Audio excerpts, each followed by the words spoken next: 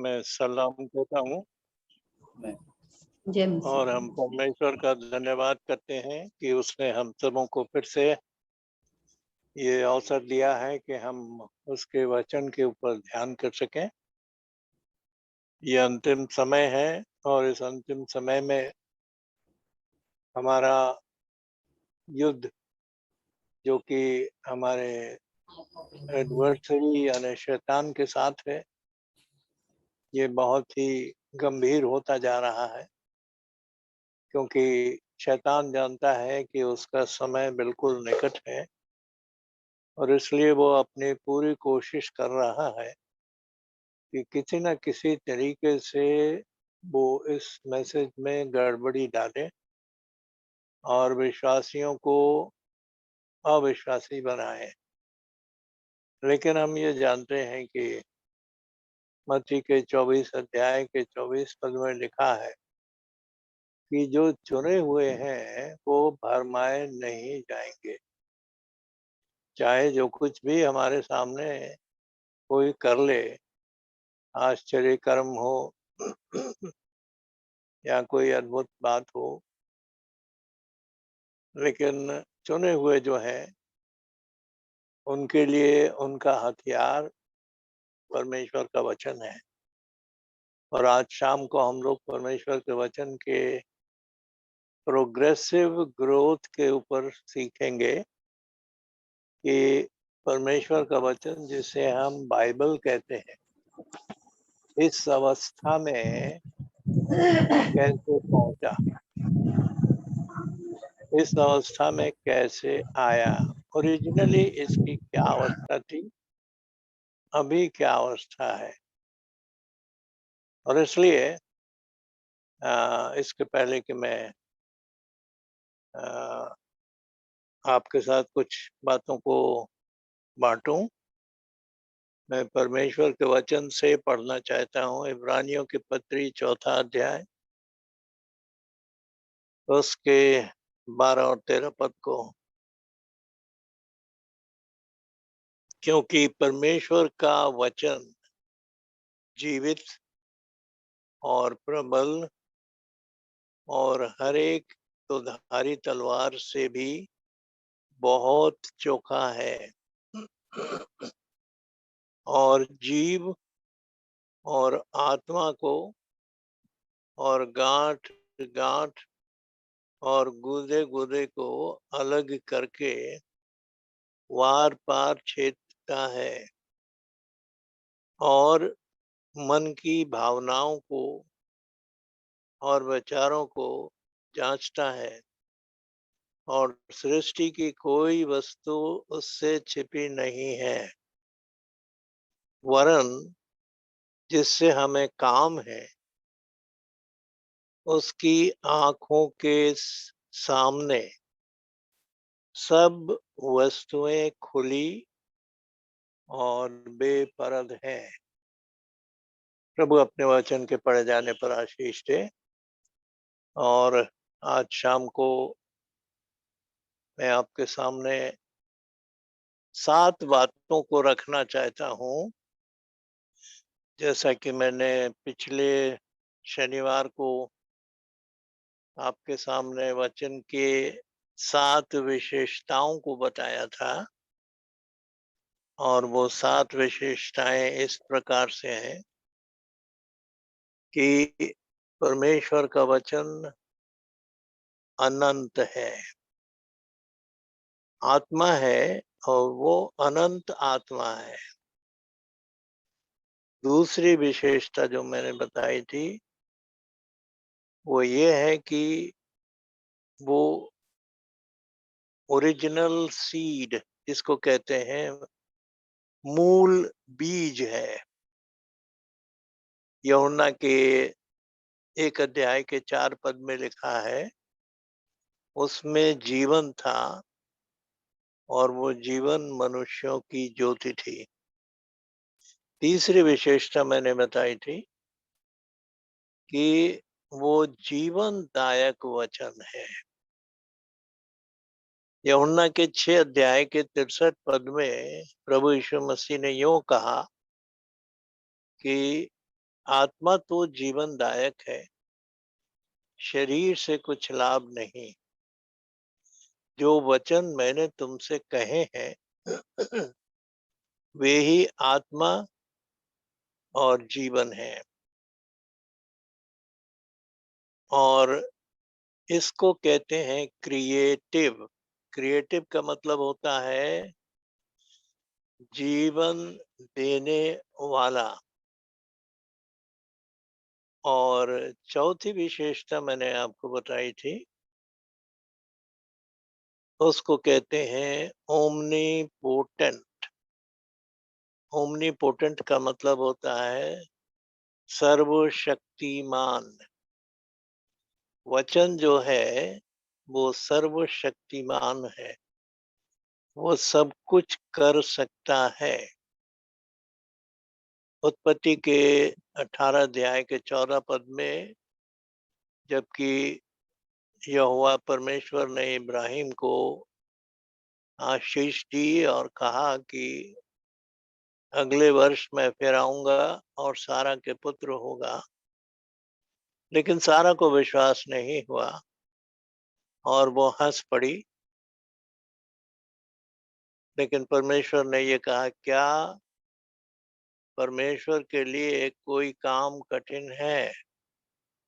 यानी परमेश्वर के लिए कोई भी काम कठिन नहीं है, वो सब कुछ कर सकता है, बिकॉज ही इज ओमनीपोटेंट।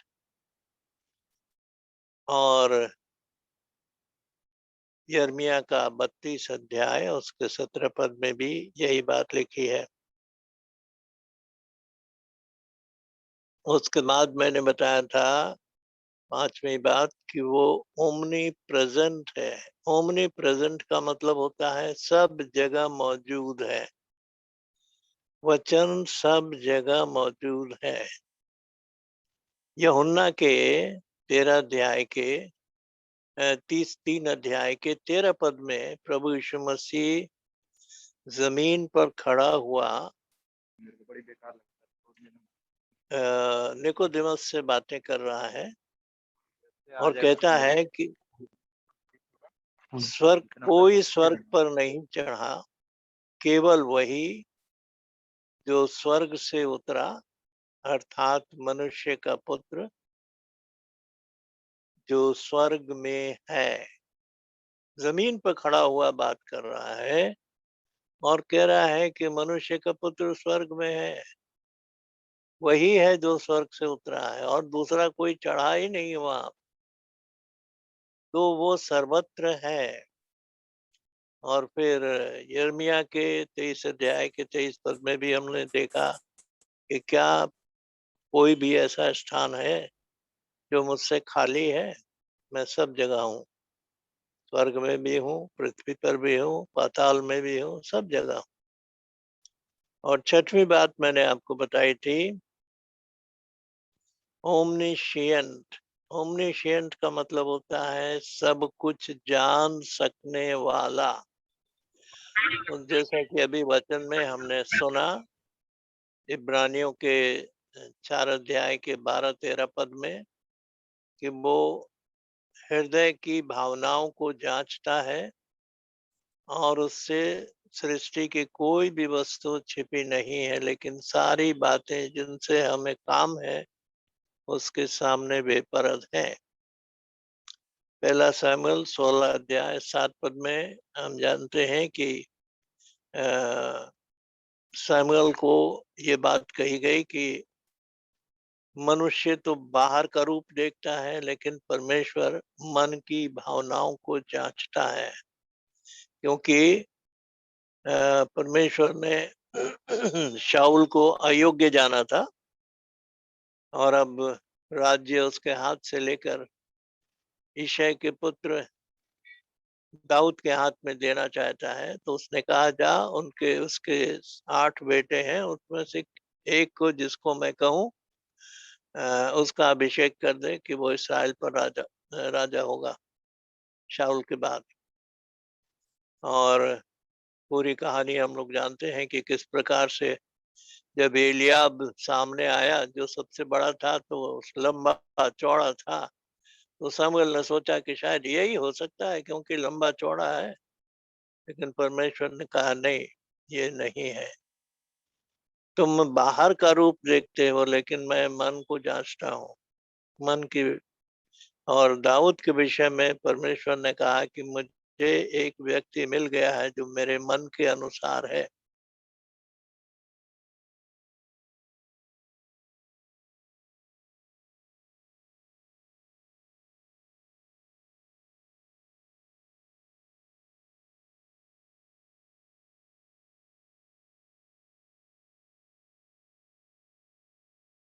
साहब था इसलिए। और परमेश्वर ने नीति वचन के 16 अध्याय के 2 पद में भी हम यही पाते हैं। 17 अध्याय के 30 पद को यही मिलता है।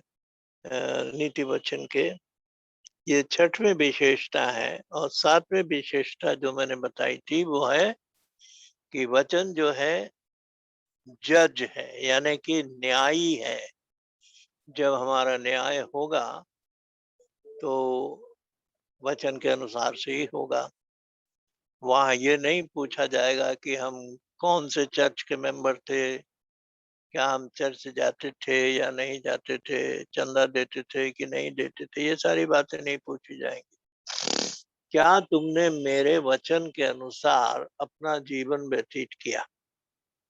और यीशु मसीह ने कहा था कि यदि तुम मुझसे प्रेम रखते हो तो मेरी आज्ञाओं को मानोगे। बस यही एक कंडीशन है जो इस बात को प्रमाणित करती है कि हम परमेश्वर से प्रेम करते हैं, क्योंकि हम उसकी आज्ञाओं को मानते हैं। ये 7 बातें मैंने पिछले शनिवार को बताई थी, लेकिन आज मैं आपको दूसरी 7 बातें बताऊंगा जो वचन के प्रोग्रेसिव डेवलपमेंट के बारे में बताई जाती हैं।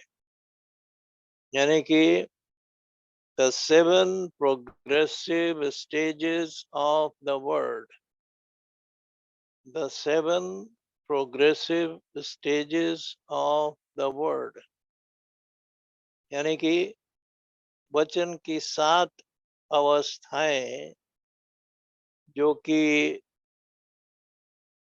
इस मौजूदा समय में, प्रेजेंट टाइम में जो उसका रूप है, उस रूप के पहुंचने में उसके 7 स्टेजेस हैं। 7 चरण हैं कह सकते हैं हम हिंदी में। तो हम ये कह सकते हैं कि वचन की उन्नतिशील अवस्थाएं, ये हमारा शीर्षक हो सकता है। वचन की 7 उन्नतिशील अवस्थाएं। पहली अवस्था, हमने पिछले शनिवार को देखा था कि परमेश्वर आत्मा है, अनंत आत्मा है। तो आत्मा को तो कोई रूप नहीं होता है। आत्मा के विषय में प्रभु यीशु मसीह ने यूहन्ना के 4 अध्याय के 24 पद में कहा कि परमेश्वर आत्मा है और अवश्य है कि उसके भजन करने वाले आत्मा और सच्चाई से उसकी आराधना करें। तो परमेश्वर आत्मा है और उसकी आराधना आत्मा और सच्चाई से ही होती है। लेकिन उसका रूप क्या है? ओरिजिनल रूप। सबसे पहले वचन किस रूप में था?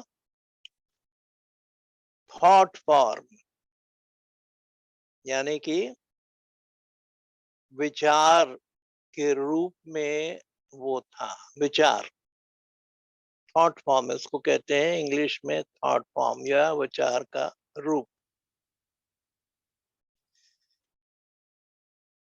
फरीसियों और सदूकियों के साथ जब यीशु मसीह की बातें हो रही थी तो यीशु मसीह ने यूहन्ना के 8 अध्याय के 58 पद में कहा था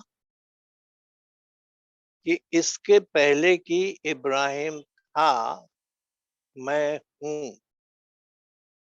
यानी मैं हमेशा ही हूं।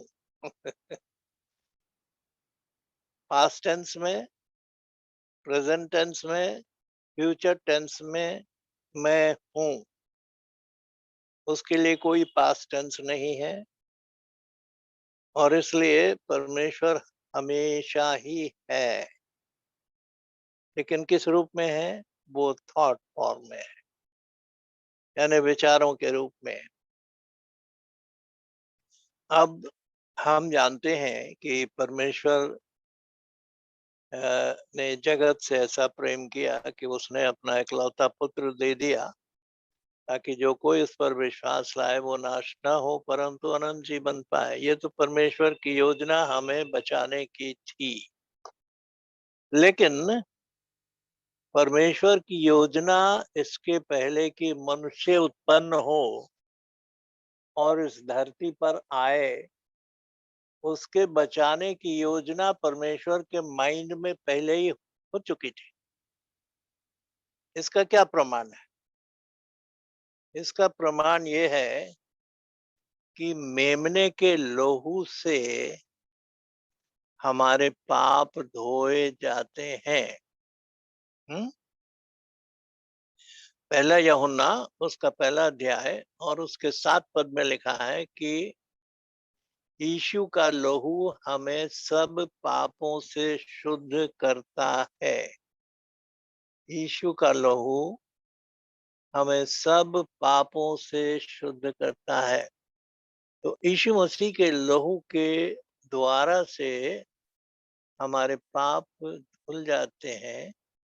लेकिन हम ये देखना चाहते हैं कि वचन जब थॉट फॉर्म में है तो उस वक्त मनुष्य के गिरने का या मनुष्य को बचाने की जो योजना परमेश्वर ने की कि मेमने का बलिदान हुआ, इसके पहले की दुनिया बनी, इसके पहले कि हम और आप इस दुनिया में आए, मेमना बलिदान हो चुका था। दुनिया के बनने से पहले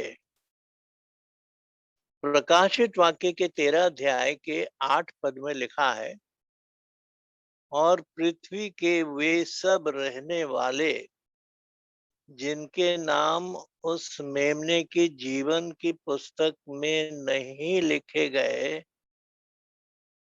जो जगत की उत्पत्ति के समय से घात हुआ है, जगत की उत्पत्ति के समय से घात हुआ है, उस पशु की पूजा करेंगे।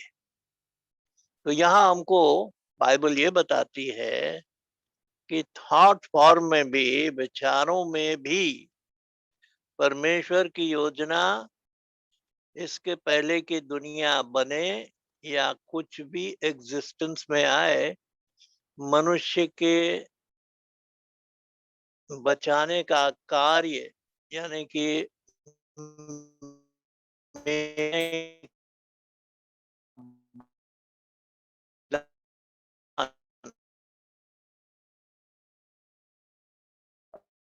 परमेश्वर के माइंड में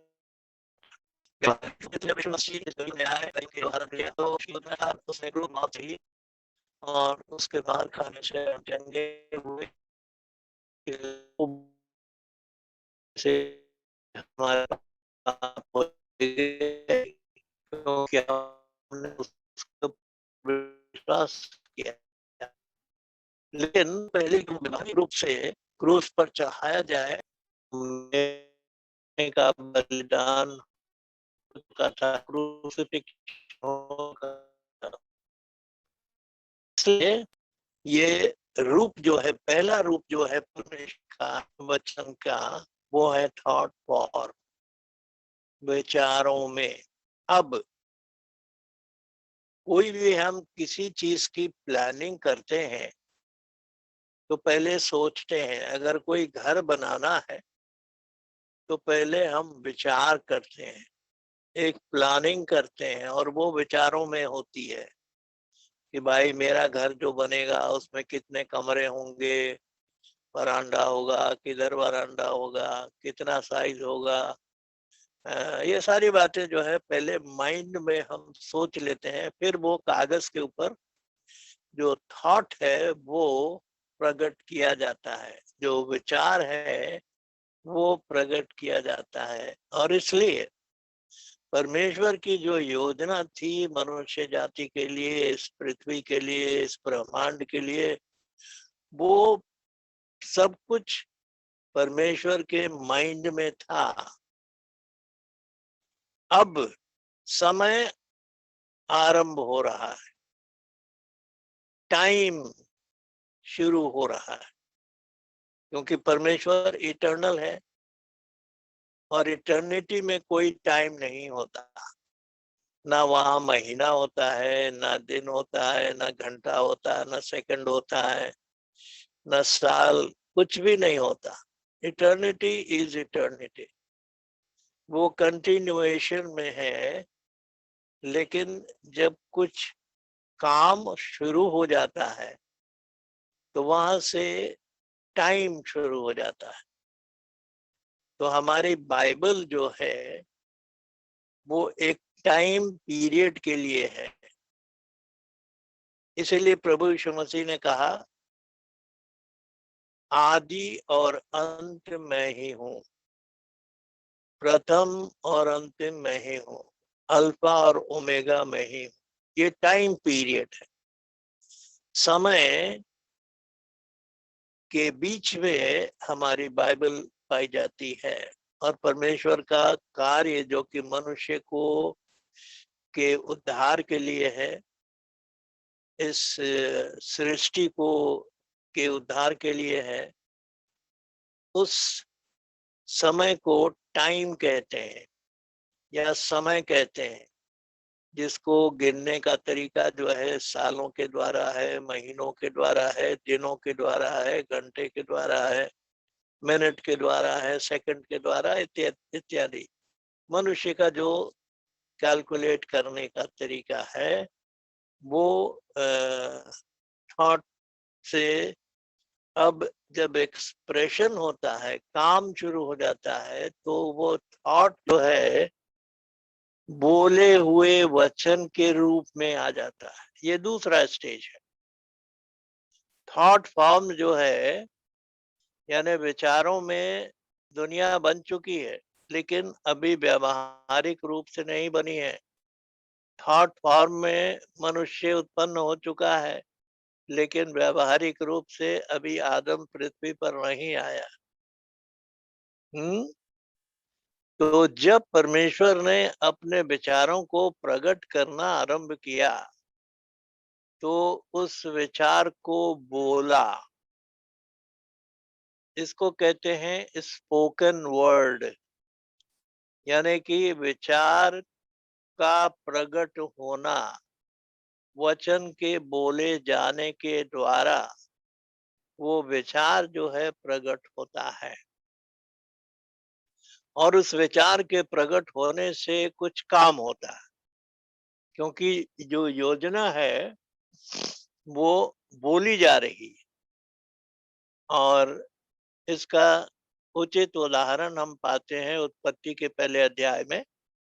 परमेश्वर ने जब अपने विचारों को प्रकट करना शुरू किया तो वहां लिखा है कि 6 दिन में उसने अपने वचन के द्वारा जो बोला उसने, और सारी सृष्टि की रचना हो गई और सारी सृष्टि का निर्माण हो गया। जो कुछ मनुष्य के लिए आवश्यक था, सब कुछ पहले परमेश्वर ने अपने बोले हुए वचन के द्वारा उत्पन्न कर दिया। तो ये वचन जो बोला गया वो क्रिएटिव वर्ड कहलाता है। और उसके लिए यूनानी भाषा में जो शब्द है उसको कहते हैं लोगोस, LOGOS, LOGOS, लोगोस। तो लोगोस का मतलब होता है जीवनदायी वचन। यानी उस वचन में जीवन है और क्रिएशन उस वचन के द्वारा से हो जाता है। अब बोल दिया गया, क्रिएशन हो गई, मनुष्य पृथ्वी पर बन गया और इसका विवरण हम पाते हैं उत्पत्ति की पुस्तक के पहले अध्याय में, दूसरे अध्याय में। मनुष्य पृथ्वी पर आ गया। अब वचन का तीसरा रूप क्या होता है? अभी तक कुछ भी लिखा हुआ नहीं था, लेकिन अब वो बोला हुआ वचन जो था, अब राइटिंग के रूप में आ गया। ये थर्ड स्टेज है। The spoken was then written by the inspiration of the Holy Spirit. अब वो लिखित रूप में आ गया। तो सबसे पहले जो बाइबल लिखी गई वो मूसा के द्वारा से था। 10 आज्ञाएं परमेश्वर ने अपने हाथों से लिख करके 2 पटियों के ऊपर उस वचन को जो उसकी पूरी बाइबल का सारांश है, इन 10 आज्ञाओं में पाया जाता है। पूरी बाइबल का सारांश हमको इन 10 आज्ञाओं में मिलता है, जिसको हम 2 भागों में बांटते हैं। पहला भाग जो है, मनुष्य का संबंध परमेश्वर के साथ। पहली 4 आज्ञाएं। परमेश्वर का संबंध, मनुष्य का संबंध परमेश्वर के साथ उचित रीति से क्या होना चाहिए, हमको ये पहली 4 आज्ञाओं में मिलता है। फिर बाकी 6 आज्ञाएं जो हैं 5वीं से लेकर के 10वीं तक, एक मनुष्य का दूसरे मनुष्य के साथ उचित संबंध क्या होना चाहिए, ये लिखित रूप में परमेश्वर ने मूसा को दे दिया। और मूसा जो था, उसी के द्वारा से बाइबल की पहली 5 पुस्तकें लिखी गईं। तो अब ये पहले तो थॉट फॉर्म में था, विचारों के रूप में था। उसके बाद बोला हुआ वचन बोला गया और उससे क्रिएशन हुई, उससे सृष्टि की रचना हुई और मनुष्य इस पृथ्वी पर पैदा हुआ, जानवर पैदा हुए, पक्षियां और जल जंतु जो थे वो सब पैदा हुए। और अब तीसरा स्टेज जो है, वो रिटन वो रूप में आ गया, by the inspiration of the Holy Spirit, written रूप में। लेकिन लिखित तो है, लेकिन लिखित जो वचन है, किसी की समझ में आता है और किसी की समझ में नहीं आता है। किसी के, हाँ अभी ठीक हो गया। किसी की समझ में आता है और किसी की समझ में नहीं आता। अब उसके चौथे रूप को हम देखेंगे। चौथा रूप जो है, ये इसको हिडन कहेंगे, हिडन, छिपा हुआ, गुप्त। और इंग्लिश में इसके लिए जो शब्द आया है वो मिस्ट्री है, मिस्ट्री। जैसे कि प्रकाशित वाक्य के 10 अध्याय के 7 पद में लिखा है, वरन 7वें दूत के शब्द देने के दिनों में जब वो तुरही फूंकने पर होगा, तो परमेश्वर का गुप्त मनोरथ जो उसने अपने दास भविष्यद्वक्ताओं को दिया पूरा होगा। गुप्त मनोरथ, गुप्त बातें। और एक स्थान पर हम देखेंगे, मत्ती के सुसमाचार में हमको एक एक्सप्रेशन लिखा हुआ मिलता है जो कि मरकुस और लूका और यूहन्ना में नहीं है। वहां पर जो एक्सप्रेशन है प्रभु यीशु मसीह का इस दुनिया में आने का मकसद, प्रभु यीशु मसीह का इस दुनिया में अवतार लेने का मकसद क्या था? हम अपने लोगों को बचाने के लिए। कौन है उसके अपने लोग?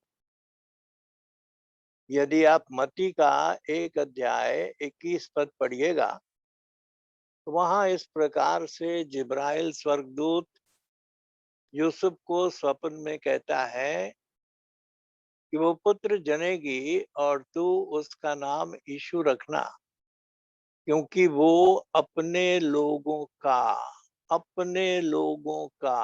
उनके पापों से उद्धार करेगा, सबका नहीं, केवल अपने लोगों का।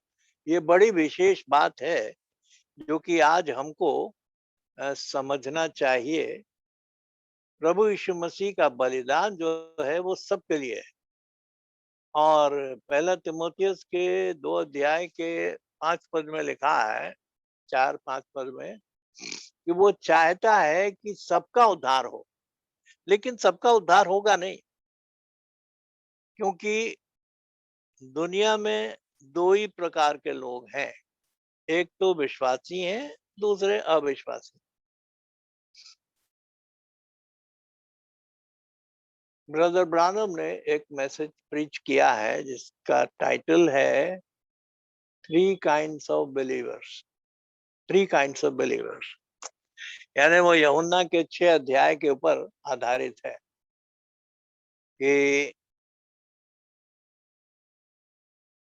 उसमें 70-71 आयतें हैं। पहले दिन लगभग 5,000 को यीशु मसीह ने 5 रोटी और 2 मछली से भोजन कराया, औरतों और बच्चों को छोड़ करके। यानी मैं समझता हूँ कि लगभग 10,000 होंगे, क्योंकि बच्चों की गिनती नहीं की गई है, औरतों की गिनती नहीं की गई, केवल मर्दों की गिनती की गई है। तो मेरे विचार से तो लगभग 10,000 को खिलाया गया 5 रोटी और 2 मछली से। लोगों ने कहा कि भाई इससे बढ़िया फूड मिनिस्टर कौन हो सकता है कि 5 रोटी से और 2 मछली से इतने लोगों का पेट भर जाए। तो चलो हम लोग फिर खोजें उसको और रोटी खाएंगे। तो दूसरे दिन वो झील पार करके नाव पर चढ़ के कफरनहूम में आ गए और कहने लगे, हे गुरु तू यहाँ कब आया? हम लोग तो कब से तेरे को खोज रहे हैं और तू यहाँ आ गया है उस जगह को छोड़ के। तो यीशु मसीह ने कहा कि मैं जानता हूँ कि तुम मुझे क्यों खोज रहे हो। कल रोटी खाई थी ना, पेट भर गया था, तो आज फिर वही रोटी खाने के लिए आए हो। आज वो रोटी नहीं मिलेगी।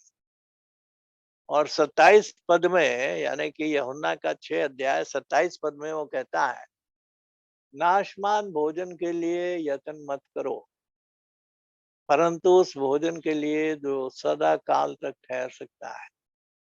जीवन की रोटी मैं हूँ जो स्वर्ग से उतरी। जब तक तुम इस रोटी को नहीं खाओगे तुम्हारे अंदर जीवन नहीं होगा। अब ये आत्मिक क्षेत्र में आ गया प्रभु यीशु मसीह। प्रीवियस डे यानी कल किस क्षेत्र में था? शारीरिक क्षेत्र में था, भौतिक क्षेत्र में था, और उसने उनको पेट भर खाना खिलाया। 12 टोकरे रोटी भी बच गई इतने खाने के बाद भी। अब वो शरीर से बढ़कर आत्मा को बचाना चाहता है, और इसलिए दूसरे दिन उसने उनको रोटी नहीं दी जिससे उनका पेट भरे, लेकिन उनकी आत्मा के लिए रोटी देना चाह रहा था कि जब तुम इस रोटी को खाओगे तो तुम्हारी आत्मा बचेगी। लेकिन उन्होंने उस रोटी का इनकार किया और वहां से चले गए। जितने चेले थे सब उल्टे पांव चले गए जब यीशु मसीह ने कहा, जब तक तुम मनुष्य के पुत्र के मांस को न खाओगे और उसके लहू को न पियोगे तुम्हारे अंदर जीवन नहीं। अब वो अभी तक भौतिक या शारीरिक अवस्था में है और वो ये कहते हैं कि क्या हम लोग नर भक्षक हैं कि हम इसका मांस खाएंगे और इसका लहू पिएंगे। वो आत्मिक क्षेत्र की बात को भौतिक क्षेत्र में ला करके समझने की कोशिश कर रहे थे और वो गड़बड़ी में पड़ गए। और यही कारण है कि हम बहुत सी बातों को बाइबल की नहीं समझ पाते हैं। वो आत्मिक क्षेत्र में लिखी गई हैं, तो आत्मिक बातों को आत्मिक बातों से मिला करके समझना है। शारीरिक रूप से उसे नहीं समझा जा सकता और इसीलिए याकूब ने हमको तीसरे अध्याय में 2 प्रकार के ज्ञान की शिक्षा दी है। एक तो सांसारिक ज्ञान उसने बताया है और सांसारिक ज्ञान से जो कि हम अपने स्कूलों में पाते हैं, कॉलेजेस में पाते हैं, यूनिवर्सिटीज में पाते हैं, शारीरिक ज्ञान जिसको कहा जाता है, वो शैतानी ज्ञान भी कहा गया है वहां पर। उससे हम परमेश्वर के वचन को कभी नहीं समझ सकते और यही कारण है कि थियोलॉजिकल कॉलेजेस में बाइबल पढ़ाई तो जाती है, पादरी तैयार किए जाते हैं, लेकिन उनको भौतिक तरीके से, शारीरिक रूप से उन बाइबल की कहानियों को या बातों को सिखाया जाता है और बताया जाता है, लेकिन उसका भेद क्या है, कौन सा उसमें भेद छिपा हुआ है, वो आत्मा के द्वारा प्रकट होता है, उसके ऊपर जोर नहीं होता और इसलिए वो खाली के खाली रह जाते हैं। पादरी तो बन जाते हैं, बिशप भी बन जाते हैं और मॉडरेटर भी बन जाते हैं, कुछ भी बन जाएंगे, पोप भी बन जाएंगे, लेकिन खाली के खाली है।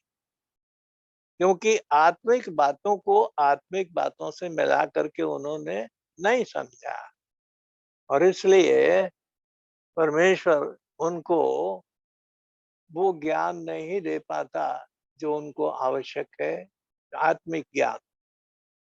तो याकूब हमको समझाता है कि इस ज्ञान में और उस ज्ञान में जो ऊपर से आता है, वो पवित्र होता है, मृदुल होता है और परमेश्वर की ओर से दान के रूप में दिया जाता है। तो उस ज्ञान में जो ऊपर से आता है और जो हम प्राप्त करते हैं स्कूलों में, कॉलेजेस में, इन इसमें उसमें आसमान जमीन का अंतर है और सांसारिक ज्ञान से हम परमेश्वर की बातों को नहीं समझ सकते और इसलिए ये भेद जो है वो भेद ही रह जाता है, भेद भेद ही रह जाता है। मेरे पास बहुत से भेद लिखे हुए हैं। अगले शनिचर को अगर मुझे मौका मिला, मैंने सुना है कि शायद भाई बुम्पाका शायद बोलना मांगते हैं नेक्स्ट सैटरडे, तो अगर वो बोले तो ठीक है, नहीं तो फिर अगर मुझे ही बोलना पड़ा तो मैं आपको कुछ और बातों को बताऊंगा कि किस प्रकार से हमें आत्मिक बातों को आत्मिक बातों से मिला करके समझना चाहिए, ना कि सांसारिक रीति से। सांसारिक बातों से हम बाइबल की बातों को कभी नहीं समझ पाएंगे। तो ये भेद है, मिस्ट्रीज है। तो मिस्ट्री जो है ये गुप्त है और जब तक पवित्र आत्मा उससे प्रकट न करे कोई नहीं समझ सकता। बहुत से उदाहरण है बाइबल के अंदर। अब जैसे 7 मोहरें हैं, बड़े बड़े कॉलेजेस थे, बड़े बड़े प्रोफेसर थे, डॉक्टर ऑफ थियोलॉजी और डिविनिटी और क्या क्या, लेकिन किसी को नहीं मालूम था कि इन मोहरों के अंदर क्या छिपा है, जब तक कि परमेश्वर के द्वारा से उन मोहरों को नहीं खोला गया, जो 1963 में विलियम मेरियन ब्रानम के द्वारा से खोली गई है। विलियम मेरियन ब्रानम के भी अपने विचार थे, लेकिन पवित्र आत्मा ने जब उनको समझाया तब वो कहते हैं कि अरे कल तक मेरा विचार ऐसा था, लेकिन रात में प्रभु के दूत ने मुझे बताया कि नहीं, इसका अर्थ ऐसे होता है। तो प्रभु के दूत ने उनको जब सिखाया और बताया तो वो असली अर्थ तब प्रकट हुआ जो कि परमेश्वर चाहता है अपने बच्चों को जानना और समझाना। ये केवल आत्मा के द्वारा से हो सकता है, हिडन। तो एक उदाहरण मैं आपको देना चाहता हूं, वो है मत्ती का 13 अध्याय, जहां पर कि स्वर्ग के राज्य के बारे में लिखा। मैं आपको परमेश्वर के राज्य और स्वर्ग के राज्य में भेद बता रहा था। तो मरकुस में और लूका में और यूहन्ना में परमेश्वर का राज्य है, मत्ती में स्वर्ग का राज्य है। लेकिन स्वर्ग का राज्य जो है एक टाइम डिस्पेंसेशन को बताता है। यानी टाइम डिस्पेंसेशन का मतलब हुआ progressive development of the church ages. 7 दृष्टांत हैं जो कि 7 कलीसियाई काल के साथ जाते हैं। मत्ती के 13 अध्याय के 7 दृष्टांत जो है 7 कलीसियाई काल के साथ जाते हैं। लेकिन 34 और 35 पद में क्या लिखा है, ये हमको जानना जरूरी है। 34 और 35 पद में क्या लिखा है? 34 और 35 पद जो है मत्ती का, वो मैं आपके सामने पढ़ना चाहता हूं। यहाँ पर हम देखेंगे मत्ती का 13 अध्याय,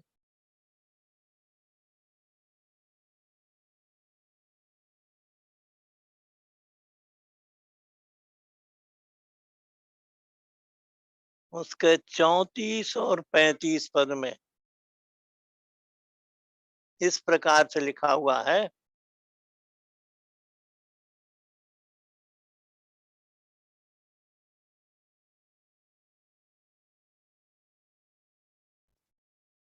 ये सब बातें यीशु ने दृष्टांतों में लोगों से कही, और बिना दृष्टांत वो उनसे कुछ न कहता था, कि जो वचन भविष्यद्वक्ताओं के द्वारा कहा गया था वह पूरा हो, वह पूरा हो। एक मिनट।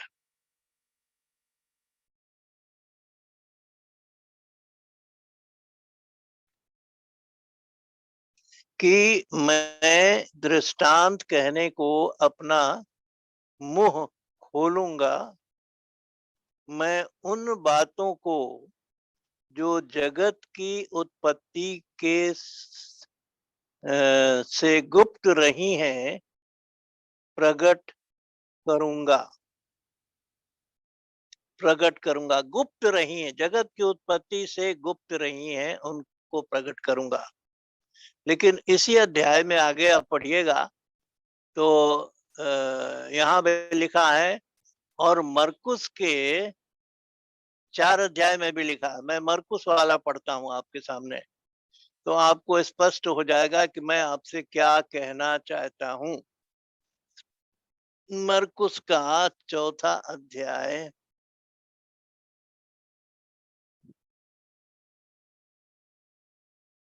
और उसके 10 से 12 पद तक मैं आपके सामने पढ़ूंगा। मरकुस का 4 अध्याय 10 से 12। जब वो अकेला रह गया था तो उसके साथियों ने उन 12 समेत, यानी और भी चेले हैं 12 के अलावा, उन 12 को लेकर के 12 समेत उससे इन दृष्टांतों के विषय में पूछा। उसने उनसे कहा, तुमको तो परमेश्वर के राज्य की भेद की समझ दी गई है, परंतु बाहर वालों के लिए सब बातें दृष्टांतों में होती हैं। अब 12वां पद ध्यान से सुनिए। इसलिए कि वे देखते हुए देखें और उन्हें सुझाई ना पड़े, और सुनते हुए सुने भी और ना समझें। ऐसा न हो कि वे फिरें और क्षमा किए जाएं। दूसरे शब्दों में यीशु मसीह नहीं चाहता कि वो समझें, यीशु मसीह नहीं चाहता कि वो फिरें, यीशु मसीह नहीं चाहता कि वो क्षमा किए जाएं। क्यों? बाहर वाले। प्रभु यीशु मसीह किसके लिए आया? अंदर वालों के लिए। मत्ती का 1 अध्याय 21 पद मत भूलिए। बड़े दिन के समय में, क्रिसमस के टाइम में हर चर्च में ये पढ़ा जाता है, लेकिन कोई पादरी, कोई बिशप, कोई डीएस इसके ऊपर ध्यान करता ही नहीं कि वहां क्या लिखा हुआ है। वहां लिखा हुआ है वो अपने लोगों को उनके पापों से मुक्त करेगा, सबको नहीं करेगा। ये विशेष बात है। और आज हर विश्वासी को ये मालूम होना चाहिए कि क्या वो उस झुंड में है जिसको कि अंदर वाले कहे गए हैं, अंदर वालों को कहा गया है, या बाहर वाले हैं वो। पौलुस भी हमें अंदर वाले और बाहर वालों के विषय में कहता है। पहला कुरिन्थियों में पहला कुरिन्थियों में हम देखें,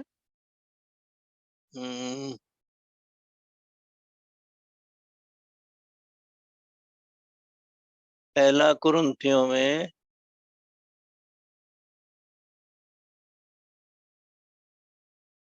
उसके 5वें अध्याय के 9 पद से मैं पढ़ता हूं।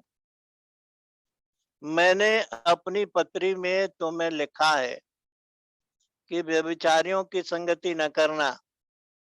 ये नहीं कि तुम बिल्कुल इस जगत के व्यभिचारियों या लोभियों या अंधेर करने वालों या मूर्ति पूजकों की संगति न करो, क्योंकि इस दशा में तो तुम्हें जगत में से निकल जाना ही पड़ता। मेरा कहना ये है, देखिए ये बात है, मेरा कहना ये है कि यदि कोई भाई कहला करके यानी विश्वासी कहला करके व्यभिचारी या लोभी या मूर्ति पूजक या गाली देने वाला या पियक्कड़ या अंधेर करने वाला हो तो उसकी संगति मत करो। उसकी संगति नहीं करना है, वरन ऐसे मनुष्य के साथ खाना भी मत खाना, ये भी लिखा है। अब 12वां पद देखिए क्या लिखा, क्योंकि मुझे बाहर वालों का न्याय करने से क्या काम। देखिए यहाँ पौलुस ने क्या एक्सप्रेशन किया है, बाहर वालों का, जिनको यीशु मसीह ने कहा था कि आंख रखते हुए वो देख नहीं सकते, कान रहते हुए वो सुन नहीं सकते, न समझ सकते हैं और न पश्चाताप कर सकते हैं और न वो क्षमा किए जाएंगे। तो पौलुस कहता है क्योंकि मुझे बाहर वालों का न्याय करने से क्या काम। क्या तुम भीतर वालों का न्याय नहीं करते हो? यहाँ देखा अपने, भीतर वाले बाहर वाले दोनों ही पौलुस ने हमको बता दिया। भीतर वालों का न्याय हमें करना है, बाहर वालों का न्याय पर परमेश्वर करेगा। और इसलिए हमने देखा कि जब वचन लिखा गया तो वो गुप्त रहा। लोगोस जो है वो गुप्त है और उसको हमें समझना है। तो कैसे समझना है? प्रकाशन के द्वारा। लिखा है कि परमेश्वर अपने बच्चों को प्रकाशन के द्वारा समझाता है। और इसलिए हम देखेंगे कि परमेश्वर जो है वो इस गुप्त भेद को किस रूप से अपने लोगों को समझाता है। तो हमने देखा कि ये लिखा हुआ वचन जो था वो गुप्त था, उसमें भेद छिपे हुए थे और वो भेद जो है केवल उन्हीं को बताए जाएंगे, उन्हीं को समझाए जाएंगे, उन्हीं के ऊपर प्रकट होंगे जिनको बच्चे कहा गया। बच्चे कहा गया। मत्ती के 11 अध्याय के 25 पद में अगर आप पढ़िएगा तो वहां लिखा हुआ है, हे पिता स्वर्ग और पृथ्वी के प्रभु, मैं तेरा धन्यवाद करता हूं कि तूने इन बातों को ज्ञानियों और समझदारों से छिपा रखा। हाँ हे पिता, तुझे यही भाया और बालकों पर प्रकट किया है। बालकों पर प्रकट किया, लेकिन जो ज्ञानवान है और समझदार है उनके ऊपर प्रकट नहीं किया। कोई पुत्र को नहीं जानता, केवल पिता, और कोई पिता को नहीं जानता, केवल पुत्र, और वह जिस पर पुत्र उसे प्रकट करना चाहे। यह है आपका मत्ती का 11 अध्याय 25 और 26 पद। तो प्रभु यीशु मसीह का आत्मा, यानी कि पवित्र आत्मा, जब तक आपको न प्रकट करे आप नहीं जान सकते हैं कि इसका भेद क्या है। और इसलिए बाइबल तो पढ़ते हैं लेकिन उनकी समझ में नहीं आता। जैसा कि प्रभु यीशु मसीह ने कहा, मैं नहीं चाहता कि वो समझें, मैं नहीं चाहता कि वो देखें, मैं नहीं चाहता कि वो फिरें और वो क्षमा किए जाएं। ये कौन है? बाहर वाले। ये बाहर वाले कौन है? ये सरपेंट सीड हैं, शैतान की औलाद। ब्रदर ब्रानम ने हमको बहुत अच्छे से समझाया और बताया है कि दुनिया में दो प्रकार के लोग हैं, एक तो सरपेंट सीड है, एक परमेश्वर के बच्चे हैं। तो परमेश्वर अपने बच्चों को बचा लेगा, क्योंकि सरपेंट सीड कभी विश्वास ला ही नहीं सकते, शैतान कभी विश्वास ला ही नहीं सकता, उसके बच्चे कभी विश्वास ला ही नहीं सकते। पहला यूहन्ना का 3 अध्याय अगर 10 पद से 12 पद तक पढ़ेंगे आप, तो वहां लिखा हुआ है, 9 पद में शायद लिखा हुआ है, नहीं 8 से 10 पद पढ़िएगा तो उसमें लिखा हुआ है 9 पद में कि परमेश्वर का पुत्र इसलिए प्रकट हुआ कि वो उनको प्रकट करे जो शैतान के बच्चे हैं। तो प्रभु यीशु मसीह के द्वारा से ये शैतान के बच्चे प्रकट हो गए हैं। और वहां ये भी लिखा हुआ है, शायद 9वें पद में है जहां तक मेरा विचार है, पहला यूहन्ना 3:9 है, 8 या 9 है, जो कुछ भी है, कि जो परमेश्वर से उत्पन्न हुआ है वो पाप कर ही नहीं सकता, क्योंकि परमेश्वर से उत्पन्न हुआ है और उसमें परमेश्वर का बीज बना रहता है। तो वो बीज क्या है? वो बीज है परमेश्वर का वचन। तो जो परमेश्वर के बच्चे हैं, जो उसके बीज से उत्पन्न होते हैं, इसी को कहते हैं नया जन्म। परमेश्वर के बीज से उत्पन्न होने वाला ही परमेश्वर का बेटा और बेटी है। और इसीलिए पतरस कहता है 1 अध्याय के 23 पद में कि तुमने परमेश्वर के सदा ठहरने वाले अविनाशी बीज से नया जन्म पाया है। तो नया जन्म हमारा जो होता है परमेश्वर के बीज से, यानी उसके वचन से होता है, और तब हम परमेश्वर के संतान कहलाते हैं। तो जिनके ऊपर ये भेद प्रकट हो गया, तो उनके लिए ये वचन जो है वो क्या कहलाएगा? लोगोस कहलाएगा। लेकिन जिनके ऊपर ये प्रकट नहीं हुआ, उनके लिए ये क्या है? उनके लिए रीमा है। Reema, RHEMA, Reema, RHEMA, Reema. तो लोगोस और रीमा में अंतर क्या है? लिखित वचन है, एक पढ़ता है तो समझता है क्योंकि पवित्र आत्मा के द्वारा उस पर प्रकट किया जाता है, क्योंकि वो परमेश्वर का बच्चा है। दूसरा पढ़ता है, वो बिशप ही क्यों ना हो, पोप ही क्यों ना हो, लेकिन उसके ऊपर प्रकट नहीं होता। ज्ञानी है, समझदार है, तो उनके ऊपर काहे के लिए प्रकट किया जाए? वो बाहर वाले, उनके ऊपर प्रकट नहीं हुआ। तो परमेश्वर ने ज्ञानियों और समझदारों से छिपा रखा है वेदों को। उनके लिए ये लिखित वचन जो है वो रीमा है। तो रीमा और लोगास में आपको अंतर मालूम हो गया। तो ये हिस्सा जो है, जबकि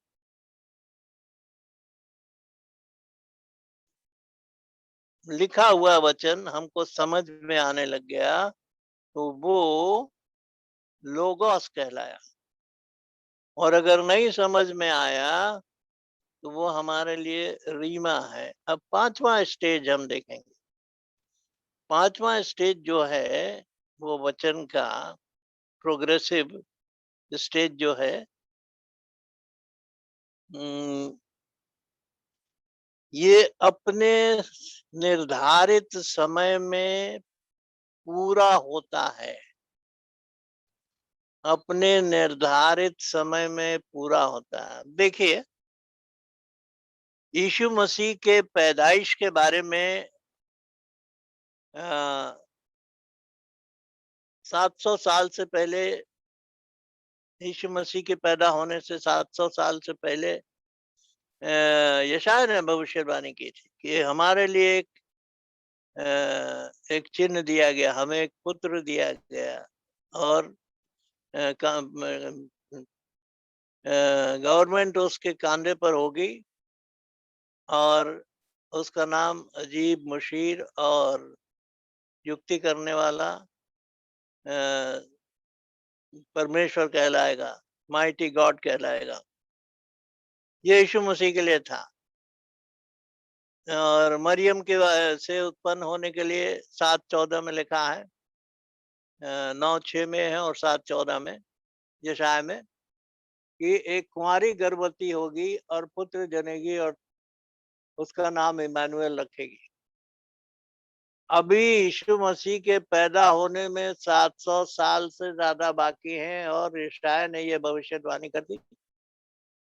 तो 100 साल पूरे हो गए, अरे वो भविष्यवाणी तो पूरी हुई नहीं। 200 साल पूरे हो गए, भविष्यवाणी पूरी नहीं होगी। लेकिन जब समय आया तो वो भविष्यवाणी जो है अपने समय से पूर्ण हो गई। यही यशायाह की पुस्तक फरीसी और सदूकी और शास्त्री पढ़ते थे। उनके सामने वो प्रोफेसी पूरी हो गई, लेकिन वो यीशु मसीह को नहीं पहचान पाए। तो वचन जो लिखा हुआ है वो पूरा होगा। यशायाह के 55 अध्याय में उसके 11 पद में यहोवा परमेश्वर कहता है कि जो वचन मेरे मुख से निकलता है वो मेरे पास यूं ही खाली लौट के नहीं आएगा, लेकिन जिस काम के लिए मैंने उसे भेजा है वो उसे पूरा करके ही लौटेगा। और यीशु मसीह ने भी कहा था कि आकाश और पृथ्वी टल जाएंगी लेकिन मेरी बातें कभी नहीं टलेंगी।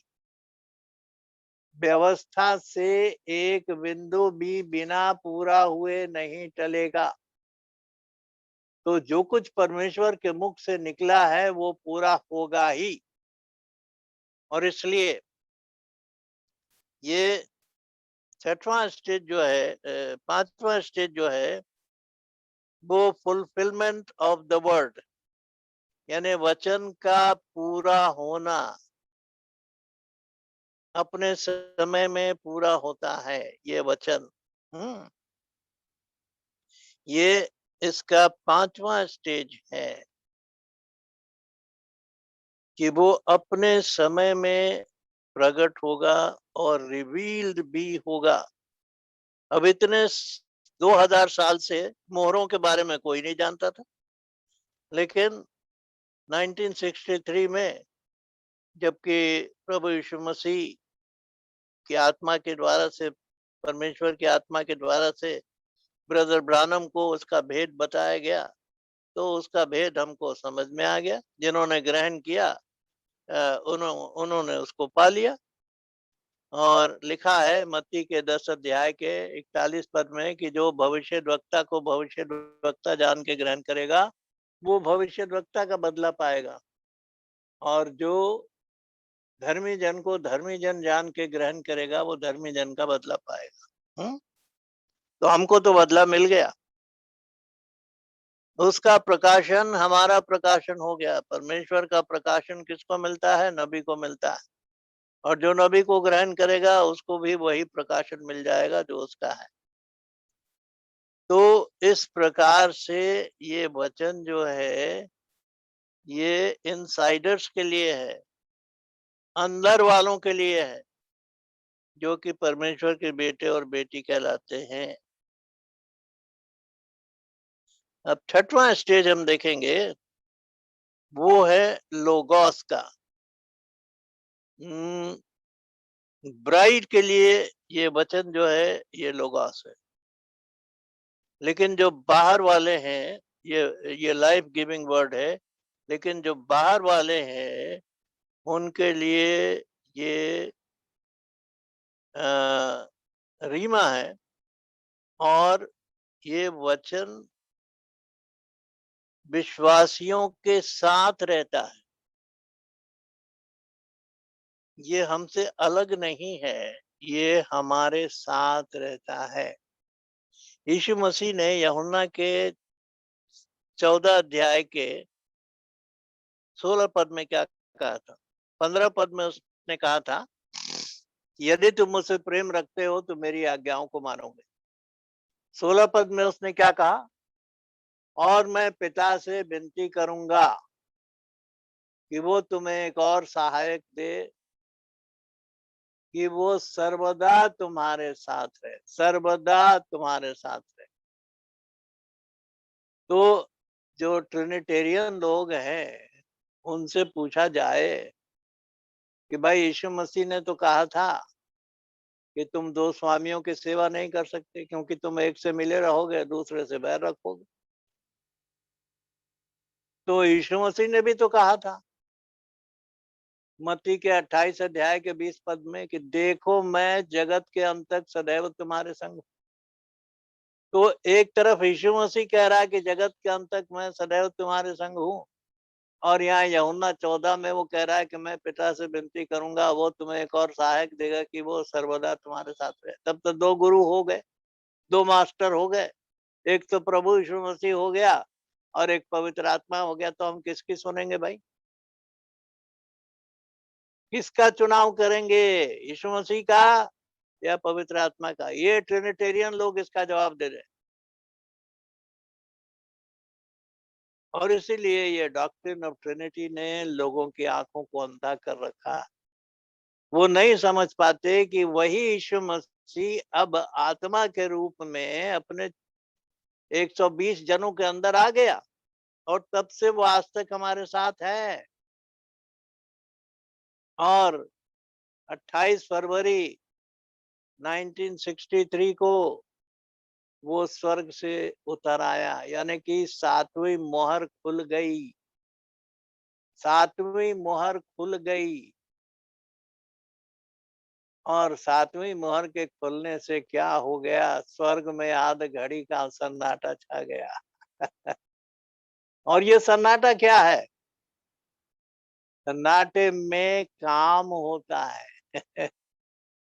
जैसे कि परमेश्वर ने 6 दिन में आकाश और पृथ्वी की रचना की और 7वें दिन विश्राम किया। तो विश्राम करने का ये मतलब नहीं कि वो थक गया था इसलिए उसको सोने की जरूरत थी, वो थोड़ा सा कुर्सी पे बैठ के आराम कर लेता है, ये सब नहीं है भाई।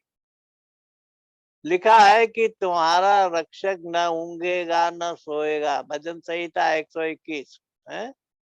तुम्हारा रक्षक न ऊंघेगा न सोएगा, वो कभी सोता ही नहीं, वो हमेशा जागता रहता है, वो हमेशा हमारे ऊपर अपनी निगाह बनाए रखता है, तो वो कभी सोता नहीं है न थकता है। यशाया 40 में लिखा है कि वो थकता भी नहीं है। तो जो उस पर विश्वास लाने वाले हैं वो भी नहीं थकेंगे, वो काबू की नाई उड़ेंगे, और उसके पंखों में जो ताकत होती है वो ताकत उनके पास भी होगी। तो यीशु मसीह जो है सोता नहीं है। यूहन्ना के 5 अध्याय के 17, 18 या 19 में लिखा हुआ है कि मेरा पिता अब तक काम करता है और मैं भी काम करता हूँ। मेरा पिता अब तक काम करता है और मैं भी करता हूँ। तो यूहन्ना के सुसमाचार में जो यीशु मसीह ने कहा कि मैं पिता से विनती करूंगा और वो तुम्हें एक और सहायक देगा, वो सहायक कौन है? यीशु मसीह ही है। क्योंकि उसने कहा कि तुम उसे जानते हो क्योंकि वो तुम्हारे साथ रहता है, प्रेजेंट टेंस रहता है, और थोड़े समय के बाद तुम्हारे अंदर होगा, भविष्य में, भविष्य काल। वही लिखा हुआ। इतनी बात सीधी सीधी यीशु मसीह ने कही है, लोग नहीं समझ पाते इस बात को। तो ये कांस्टेंट कंपेनियन है। किसका? अंदर वालों का। और जो इनसाइडर हैं, जो परमेश्वर के बेटे और बेटी हैं, उनका ये कांस्टेंट कंपेनियन है, लगातार उनके साथ रहता है। और जैसा कि यूहन्ना के सुसमाचार में 7, 8, 9 बातें लिखी हैं, जो पवित्र आत्मा जब आएगा तो क्या करेगा। वो तुम्हें सब बातें सिखाएगा, मुझे मेरी सारी बातों को याद दिलाएगा, भविष्य की बातों को बताएगा, इत्यादि इत्यादि। 8, 9 बातें वहां लिखी हैं। उसको हम लोग किसी और वक्त में समझेंगे कि पवित्र आत्मा की सेवा क्या है। लेकिन ये कांस्टेंट कंपेनियन है। किसका? जो अंदर वाले हैं और अपना काम कर रहा है, अपनी ब्राइड को तैयार कर रहा है, अपनी दुल्हन को तैयार कर रहा है, वचन से संवार रहा है, और हमारा विश्वास पितरों के विश्वास की तरफ ले गया है, और जो कुछ भी कमी घटी हमारे अंदर है उसको वो काट छांट रहा है, दुल्हन को तैयार कर रहा है। और जब आखिरी भेड़ इसमें आ जाएगी तो वो हमको यहाँ से लेके चला जाएगा और हम उसको हवा में मिलेंगे। वहां हम उसको देखेंगे हवा में, पृथ्वी पर नहीं देखेंगे, हवा में देखेंगे। अब 7वां स्टेज जो है वचन का, काम पूरा हो गया, काम पूरा हो गया। और जब व्हाइट थ्रोन जजमेंट हो जाएगी, जो कि प्रकाशित वाक्य के 20वें अध्याय में है, वो आखिरी काम है। व्हाइट थ्रोन जजमेंट जो है वो आखिरी काम है। वो मिलेनियम के बाद होगा, 1000 साल के बाद होगा। और उसके बाद जब 7वां दिन खत्म हो जाता है तो ये वचन कहाँ चला जाता है? 7वां स्टेज क्या है उसका? Eternity, 8th day. समय कहाँ तक है? 7 दिन तक है, यानी 7 दिन तक समय है। 8वां दिन जो है उसमें समय नहीं है, इटर्निटी शुरू हो जाती। इटर्निटी का मतलब हुआ नो टाइम, नो घंटा, no minute, no year, no days. 8वां दिन जो है वो अनंत का समय है, उसका कोई अंत नहीं। तो बाइबल की कहानी जो है वो टाइम पीरियड में है, वो भी इटर्निटी का हिस्सा है, लेकिन इटर्निटी के एक हिस्से को लेकर के उसमें परमेश्वर की योजना जो मनुष्य जाति के लिए है, जो इस सृष्टि के लिए है, जो आकाश मंडल के लिए है, वो सारी बातें इस टाइम पीरियड में पूरी हो जाती हैं। और जब न्याय हो चुकता है, शैतान आग की झील में डाल दिया जाता है, मृत्यु आग की झील में डाल दी जाती है, और केवल परमेश्वर के बच्चे बच जाते हैं, तो वो अब 8वें दिन में प्रवेश कर जाते हैं। और जब 8वें दिन में प्रवेश कर गए तो वहां आपकी बाइबल खत्म हो गई, बाइबल खत्म। अब हम और परमेश्वर हमेशा हमेशा के लिए एक साथ हो गए। ये है progressive 7 stages of the word of God। मैं सोचता हूँ कि शायद बहुतों को ये समझ में नहीं आया होगा, क्योंकि ये विषय कभी किसी ने आपको नहीं बताया होगा। और अगर समय मिलेगा तो मैं इसको फिर रिपीट करूँगा, जिससे कि सुनने वाले जो हैं अच्छी तरह से इसे समझ जाएँ। लेकिन अभी आपको एक आइडिया मिल गया कि प्रोग्रेसिव 7 स्टेजेस क्या है वचन के, और अपने-अपने समय में वचन ने अपना कार्य किया है और आज भी कर रहा है। ये साइलेंस का पीरियड है, जबकि परमेश्वर की दुल्हन तैयार की जा रही है, उसको सँवारा जा रहा है और वो हमको परमेश्वर के राज्य में ले जाने के लिए रेडी है। हम नहीं जानते किस दिन ये काम पूरा होगा, लेकिन बहुत जल्दी पूरा होने वाला है और हम अपने प्रभु के साथ स्वर्ग में चले जाएँगे। तब थोड़ा ही समय रह जाएगा, थोड़ा ही समय रह जाएगा। इसके पहले कि मिलेनियम शुरू हो, थोड़ा समय रह जाएगा। और ये उसी बीच में इस्राएलियों को सुसमाचार सुनाया जाएगा, 3.5 साल के बीच में, और 1,44,000 बचाए जाएँगे। और बाकी सारी बातें जो हैं, हमारे ऊपर उठाए जाने से और 19वें अध्याय तक, प्रकाशित वाक्य के 19वें अध्याय में हम फिर वापस आते हैं। प्रभु यीशु मसीह व्हाइट हॉर्स पे होगा, हम भी उसके संग घोड़ों पर होंगे। ये है हमारा स्वर्ग से उतरना मैरिज सपर के बाद।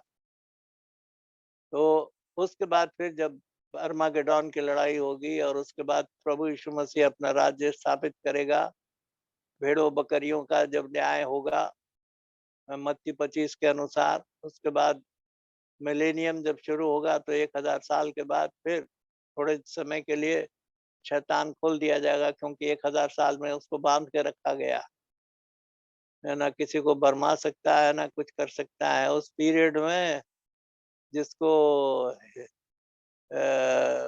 कहा जाता है प्रभु यीशु मसीह का राज होगा उस समय। है भेड़िया और भेड़ एक साथ चरेंगे, और छोटा बच्चा जो है अफई के बिल में हाथ डालेगा और उसको सांप नहीं डसेगा। हैं भेड़ और शेर एक साथ रहेंगे, और वो नेचर ही बदल जाएगा उस पीरियड में। एकदम नेचर बदल जाएगा। वो नेचर कौन सा हो जाएगा? जो आदम के समय नेचर था, पाप में पड़ने के पहले। वो नेचर था शेर के अंदर, हाथी के अंदर, घोड़े के अंदर, सबके अंदर था। कोई किसी को नुकसान नहीं पहुंचाता था। हैं? आदम अपना हाथ भी फेरता होगा शेर के ऊपर और शेर कुछ नहीं करता था, क्योंकि वो आत्मा थी ही नहीं उसके अंदर काटने की और झपटने की और वो सब। तो ये तो बुराई के बाद वो नेचर बदल गया। लेकिन याद रखिए, परमेश्वर ने नूह के कश्ती में जब बकरी को भी रखा और शेर को भी रखा, तो उनके अंदर वही आत्मा लाके डाल दिया जो आदम के समय में पाप में पड़ने से पहले वाली थी। और इसलिए शेर ने बकरी को नहीं खाया जहाज के अंदर, भेड़ को नहीं खाया। हाँ, सब आराम से, जितने पक्षी गए थे उसमें जहाज में, जितने जानवर गए थे सब, जब पानी सूख गया और जहाज से बाहर निकले तो सब बाहर आ गए। तो परमेश्वर नेचर बदल देता है, नेचर चेंज कर देता है। और वही जो है, परमेश्वर अपने लोगों के साथ साथ रहता है। ये छठवीं विशेषता है कि वो इनड्वेलिंग स्पिरिट है, जो कि हमेशा गाइड करने के लिए, सिखाने के लिए वो वचन हमारे और आपके साथ में है। और इसलिए हम परमेश्वर का धन्यवाद करते हैं कि उसने हमको ये ज्ञान दिया, ये समझ दी है और अपने वचन की शिक्षा दी है। आज हम परमेश्वर का धन्यवाद करते हैं, और इसलिए आइए हम अ,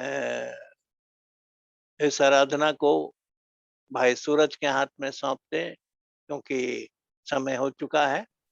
और भाई सूरज, आपके हाथ में ये चार्ज है।